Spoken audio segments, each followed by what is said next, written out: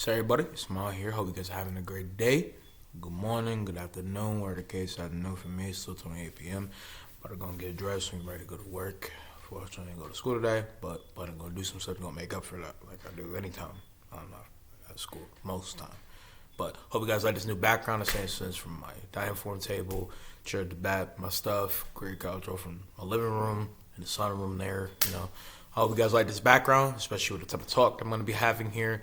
As you guys see by today's title, I'm going to be power scaling, so I was ranking different kaiju, and this goes in technically all states of kaiju, and I'm borrowed this from this tier list that was made by somebody. Shout out to them. I don't know if I can go ahead and peek their name here.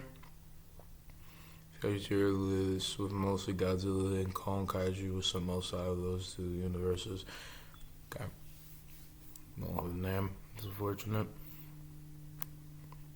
Within the same sense of the kaiju tier list, like the person said, is a mix of that in the mainline form Godzilla universe from the past, comic characters and the narration and stuff from Kong's different form versions and some different mixes. There's a lot of things to kaiju that I don't know, and a lot of them that is fodder to hold any meaning.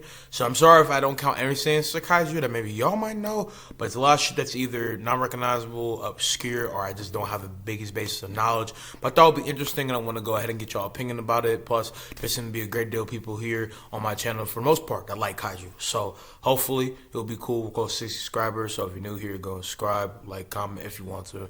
But I hope you will like this either way. It's coming by. Anyway, let's go and talk about the tiers. We have fodder, no scaling, bad, country threat to government level. And what that means is obviously they can be a threat to the vast things of the country, but the government itself might need to employ or station different form of fleets.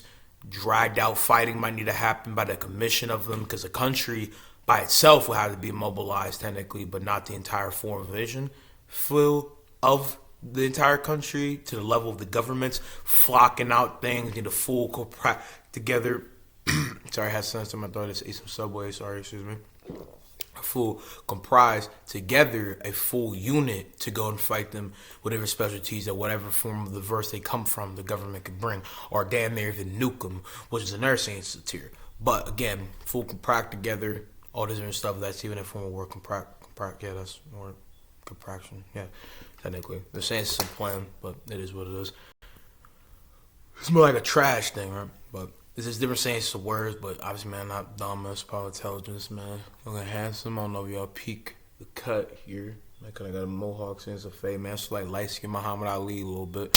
It is what it is. You gotta be handsome where you at. And you have Beast, so explanatory. Add to the list. I'm talking SC pound for pound form of beastfulness. I'm talking you need to get the full 7 nations on them, bro. I'm talking near that fucking level of the stage of destruction for the entire worldwide scope, multi-continental at a bare minimum.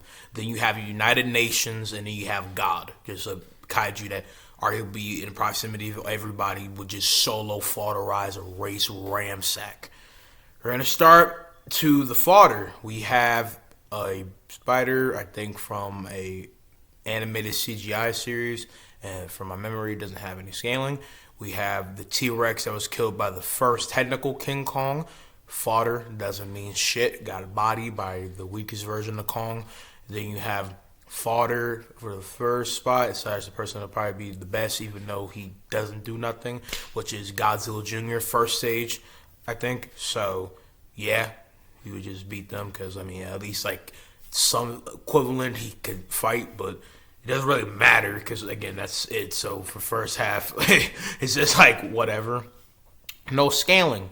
We have the tree centipede or like bug from Castle. I don't really call it, but it's like the log camouflage bug. Then you have multiple case of creatures from King Kong 2005. Hold no scaling. You have different versions of Godzilla that I have no understanding of a bigger take of height, and they also don't scale anybody else, so there's really nothing you could say. You have another version of Mothra. You have a toy version of Mecha Gura, so I don't really know. Yeah, that's everything, right? Because sometimes we think it's a fake, it's just like they say it's like a hydrophil of it, but toy version of King Ghidorah that obviously is just a picture to showcase, but there's a version of another form mech of King Ghidorah that from what I know has no bigger stage scaling because they lose the same, so that's why we'll put that there in this instance. Then you have another case of Godzilla, no scaling. The squid to King Kong doesn't really have any scaling, it just got beat, but if you want, because like it's just a fodder technical being, because you don't have to lose and not have scaling, but it's like if you don't do that much, I couldn't really put you anywhere that'd be realistic. But if I had to say where I think it would do stuff, I would probably say it would do stuff in the realm of like go over the V-Rex and scale to the King Kong that fights the big ass. What is it called? It's not a boa, the big ass snake, kind of like Anaconda, but not in the same sense. I forgot the name. It's supposed to be the ancient big ass snake that is so big it probably wrap around a T-Rex if it wanted to. You know what I'm talking about? Hopefully, like it's just that scaling. Do you have the mammoth from the MonsterVerse? It's self-explanatory. He don't do shit. Like you literally have to make up shit to say he could do anything, which isn't bad because scaling is not the entire default station for how things are gonna stable a character, right? You could have a considerable hypothesis for how the fight's gonna go out, especially from the bigger layer stuff. If I wanted to, I think he could probably defeat everybody until he gets to the King Kong that defeated Godzilla technically, right? But I don't think he really matches any of them just by that. If you want it to be consistent, because we're trying to have this be base, consistent, reasonable, right? So that's why. Okay, then now we have the bad, which is just creatures that are just bad. They don't do shit, but they could like kill everybody else here, at least in the fodder sense. All these other people, you never know because there's no scaling. I don't think any of them beat the mammoth, me personally. But we're talking about Cosmo Island creatures. You got the beast that was chasing Anne, the dinosaurs, Godzilla Rex, Baby Godzilla, Egg Mothra eggs, Godzilla Jr. on his little chubby form. You got this Rhino shell being, he always gets beat, so he don't really got scaling, but he probably would be everybody else. Then you have, I think, 1950 or 1960 King Kong, and gets foddered, so, and then you have like a little miniature Godzilla. Then this is like second or third version of Godzilla, so not really that much. Then you have the Kong Skull Island water buffalo. You have the V-Rex. You have King Kong from, I think, 80s or 90s. You have the Titanoboa. You have the King Kong that killed the Titanoboa. And, you know, these are mid-scaling. Then you have King Kong 2005. And it kind of be so explanatory. I explain a little bit more about him in my composite King Kong. But he's very agile. He's very goodly intelligent. He's solid on their sciences, skills. And all around, he's big boy. You know what I'm saying? So he'll be able to best them. It's like even comparison to say other King Kong, he's just bigger than them. But I feel like depending on place of environment, he could probably primal rage him if he wanted to. Not like some dumb berserker said, but I'm saying in comparison to Winston, he could really put great for their force on it. Do we have George from Rampage? It's pretty self-explanatory why George is here. I could not find the wolf from Rampage, but if I had to put him somewhere, I think the wolf will be under George. It's pretty self-explanatory, even with his flight / floating abilities. I think he would be contingent with King Kong 2005. I think King Kong 2005 kind of give George a fight depending on the environment, but George is too big. Got better say his instinct, and George is a lot more higher intelligence sense of the stuff employed into his mind. So he won't be just more filled with instinct. He'll kind of have a little more touch of intelligence. So I think he'll pull some shit better. And also, technically, if you want to compare them by the gorilla scale mainline, because I don't like to do that because they're ridiculously way more different than other creatures that we compare them to in the sense of their stuff, because you should not. I've never talked about this openly, but I feel like it should be so explanatory. But for some of y'all niggas talking about kaiju or characters that have similarity to animals, don't compare real science to fictional science. That's like saying, oh, Hulk can be as mad as he is because us humans can't stay mad that long. We have chemicals in our brains that diffuse anger. You realize Hulk doesn't just live off of anger. That's the spark of it. He's been Hulk for years. Remember Planet Hulk? That motherfucker was Hulk for how long? And only turned back when he decided to. That's not how that works. He got into a point where he's so mad that's ridiculously mabunguous for us. Man went on a rampage. Man was level half of the Northern Seaboard before. Fuck up out of here, man. No. Fuck is you talking about? No. That's not how that works. Alright? He's not normal. He's a metahuman fucking mutant. If you want to put him in a mutant scale, he'll be Omega. Man is dumbly powerful. Not just on the sense of the stick of what is ever out of his mind, a form of rage, but recognize his power in general. So don't say that. That's stupid.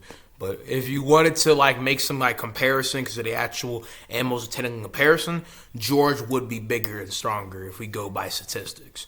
But besides that, we have Godzilla from 2004, aka like T-Rex Godzilla. He'll probably just win because of baseline. It's his sense of stature and other stuff, and I think all around will win. We have Lizzie. Lizzie could have easily killed George. She's way bigger, beastful, very durable, and could probably kill him. The Skullcrawler is going to be contingent because of what Skullcrawler was able to take out. I think Lizzie could pull the dub, though, all around. I feel like you could put them either before, but I think Skullcrawler might just win because of his type of versatility, right? But Lizzie's big body, you know? So there's that. Then next you have Kong, that technically defeated / drawed Godzilla, talking to King Kong, all the way back in the pivot place matchup that sparked the entire war between Godzilla versus King Kong. Then you have the Godzilla that he technically beat. They're contingent with each other. I put him over just because of the factor of like the reaction of what he did in the fight. I feel like he reacted more. I feel like him in comparison with his even stasis has a lot more rack of feats to put on better place. But I feel like you could plate them in the same bubble. Then we have Cyborg / Robot King Kong, who is just above because you stated to be stronger than both of them at that stasis of time. Then you have some turtle shell beasts. I don't know who or what, but that's right there.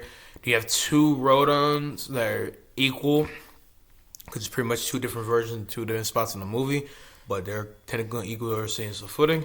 Then you have that same creature that was said put bad, but in a mecha form that's up. Then we have Kong from Skull Island. I don't know if it's supposed to be Kong from the Monsterverse being like in full, because if this is supposed to be Skull Island, then he beats everybody else. Is this supposed to be Kong?